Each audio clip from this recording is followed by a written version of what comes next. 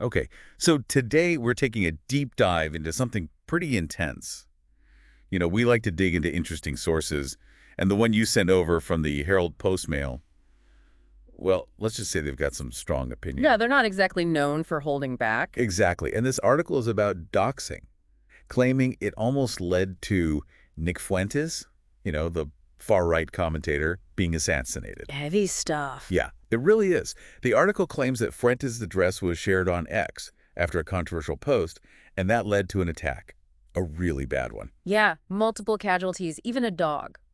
Right from the start, the Herald Postmail doesn't mince words. I mean, they use terms like pure evil and woke embos, like right there in the headline. Definitely attention grabbing. You got to give them that. It's like they're trying to hit you with the intensity of the situation right away. Yeah, and they're clearly framing this whole incident as a direct result of a specific ideology, one they obviously don't agree with. Exactly. And it's interesting how they use language to make their point, really pushing that narrative. It really brings home the danger of doxing, which is at the center of this whole thing. Right, doxing. I mean, I think most people know the term, but it's worth really understanding why it's so serious. The Herald Postmail defines it as basically revealing someone's personal info online without their consent, and in this case, they're directly linking it to real-world violence. It's about taking away that anonymity that the internet can provide, Suddenly you're not just some username anymore.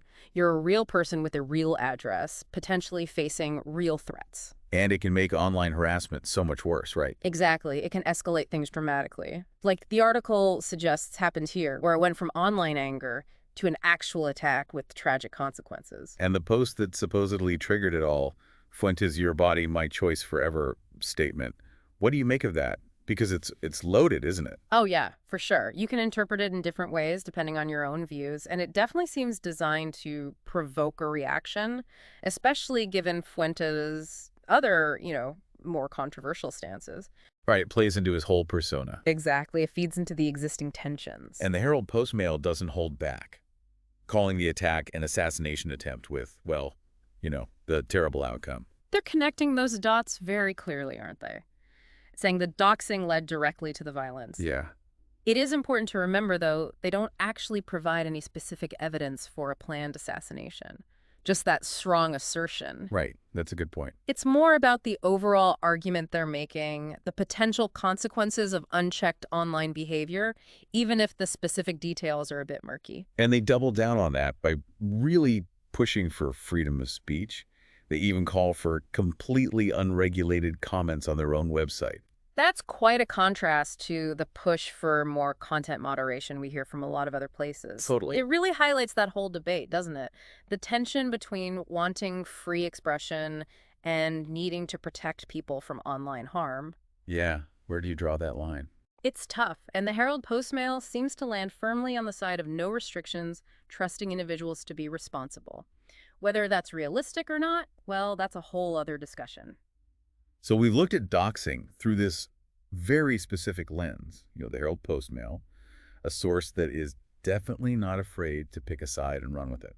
And they use this incident to highlight a larger, very heated ideological battle that's going on. Absolutely. And they're sending a strong message, a warning about what they see as the dangers of letting online behavior go unchecked. And for our listeners, it really underscores that the online and offline worlds are more connected than ever.